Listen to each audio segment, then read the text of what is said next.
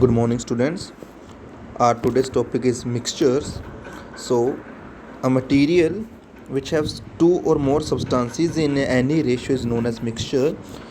In compounds, we studied that here in compound more than two atoms are there, but they are present in fixed ratio. They are present in fixed ratio, but in mixtures, there is no need of any ratio.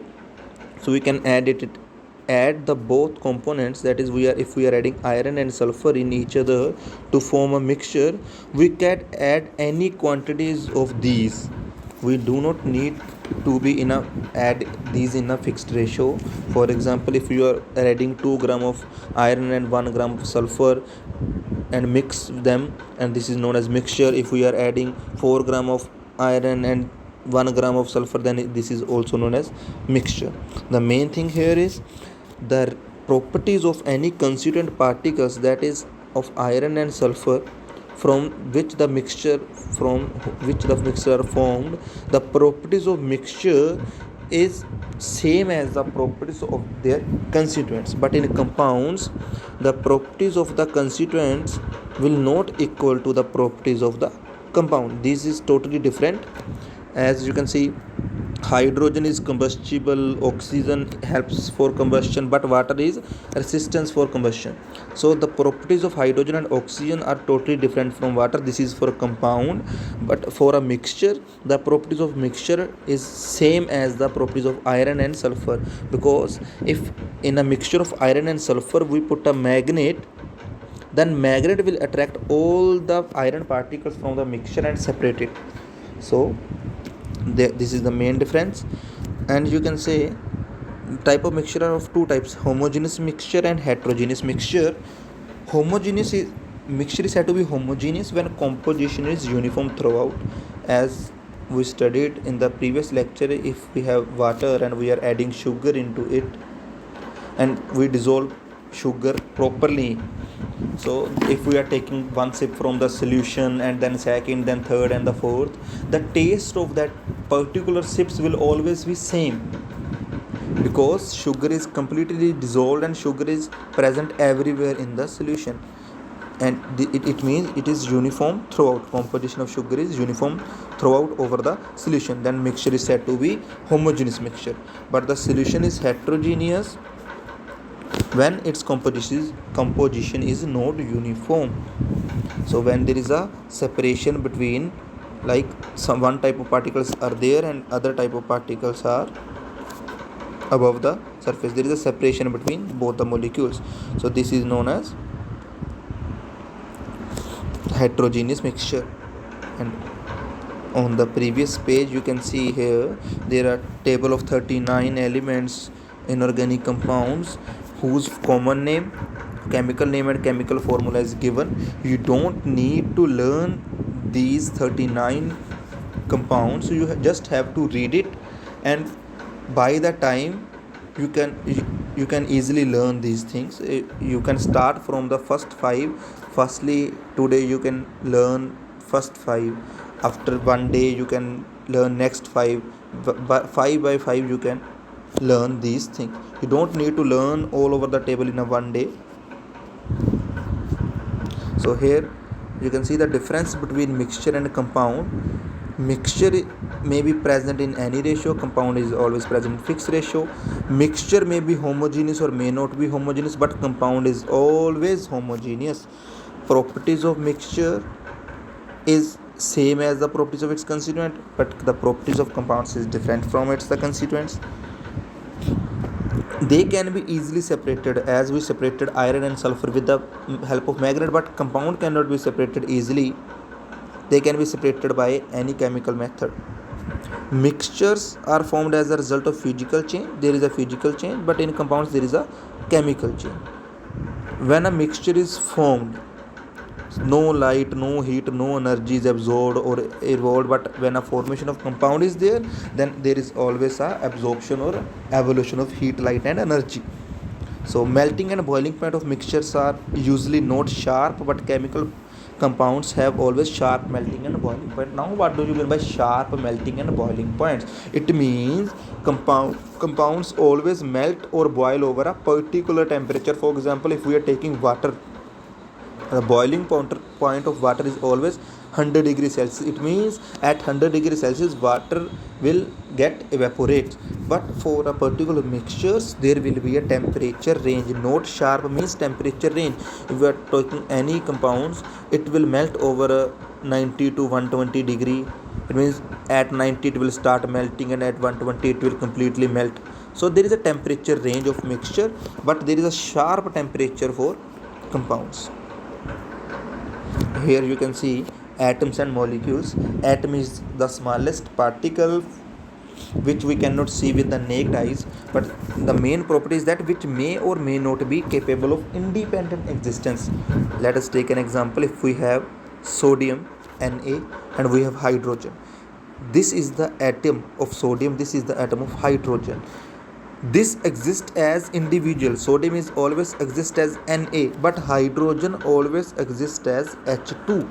It means these are the atoms, or sodium is the atom which exist independent and which have independent existence, but hydrogen which do not have independent existence because it exists as H2. Hydrogen H does not exist, so it will exist as H2. So atoms may or may not exist as independently, but a molecule, you can see, a molecule may exist independently. Molecule is the smallest particle of an element or a compound which can exist freely. For example, if we are talking about hydrogen H2, H2 is the molecule, so it exists independently.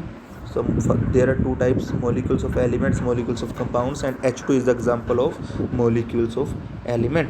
In molecules of elements there is only one kind of atoms, so these are also called homoatomic or homonuclear.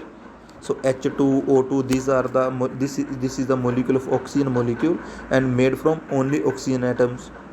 Ozone O3, this is a molecule of ozone and made from oxygen only. You can see phosphorus, sulfur, nitrogen, these are the molecules. So molecules of compounds are also there. Molecule of compounds means if you have HCl, this is your compound, and this one particular compound is known as this is one molecule of HCl. If we have another HCl, then we can say two molecule of HCl. So these are the molecules. Water molecules is H2O, CO2 molecule, NH3 molecule.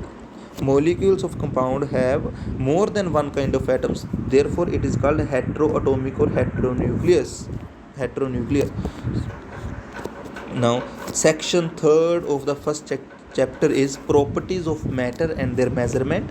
So there are two types of properties: physical properties, chemical properties.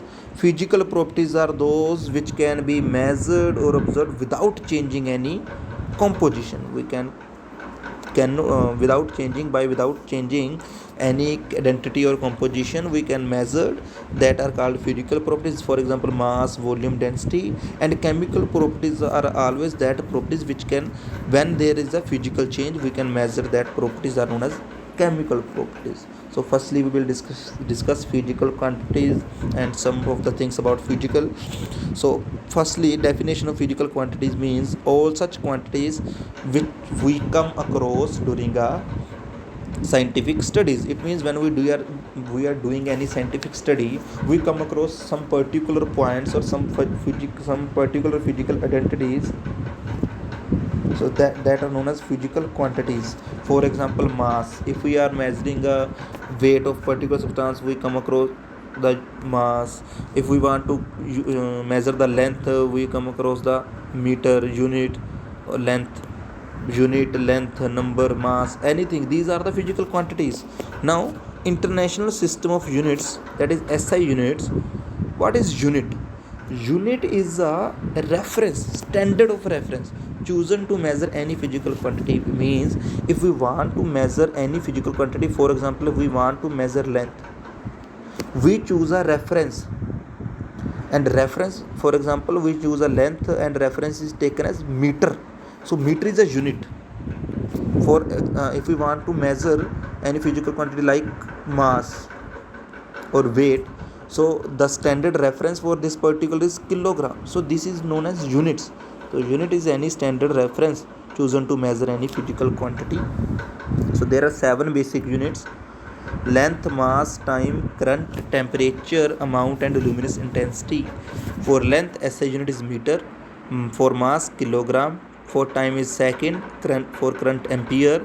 For temperature, Kelvin. Amount of substance for mole, and luminous intensity is candela. So these are the 7 basic units. The definition of these units are given below. So units, the definitions of units are based on the practical knowledge. You can see definition of kilogram. Kilogram is the mass of platinum iridium cylinder which is stored in airtight jar at International Bureau of Weights and Measure in France. In France, there is a bureau, international bureau. Here, there cylinder is stored in airtight container. Cylinder is of platinum iridium cylinder. So 1 kilogram is the mass of this cylinder when this cylinder is taken in airtight container at France. So this is a definition of kilogram. So there is no need to learn this definition, just go through it, because this totally depends upon the experimental methods. Next is measurement of temperature. So you can see if your temperature is given in degree Celsius, you want to convert in you want to convert it in Kelvin. So you will add 273.15 into degree Celsius. For example, if you are given 30 degrees Celsius, you want to convert it in Kelvin, you have to add 273.15 and the result will be 303.15 Kelvin. So this will be in Kelvin. And if you want to convert degree Celsius to degree Fahrenheit and degree Fahrenheit to degree Celsius, these are the two formulas given. If you have given in degree Fahrenheit, then use this formula. Put the value of degree Fahrenheit here, minus 32. If you have degree Fahrenheit 98.6, so put it here. Then by subtracting and solving this, we will get 37 degree. It means 98.6 degree will be equal to the 37 degrees Celsius. So these are the unit conversions. Last point is your measurement of volume. For volume measurement, we use basic unit liter, and these are the conversions. 1 liter is equal to 1000 milliliter. This is known by all of you, but the main thing, the new thing is 1 centimeter cube is equal to 1 ml. This is new for you. You have to learn it. This will be used in the lot of numericals. 1 centimeter cube is equal to 1 ml, and if you are given 1000 centimeter cube, it means 1000 milliliter. And what it's mean? 1 liter. It means 1 liter is equal to 1000 centimeter cube. These are the apparatus for measuring the temperature, Celsius, Kelvin, and Fahrenheit. So these are the thermometers, and here are the apparatus to measure volume. This is burette, this is pipette, this is cylinder, and this is volumetric flask. These 4 are used in the lab to measure particular volumes.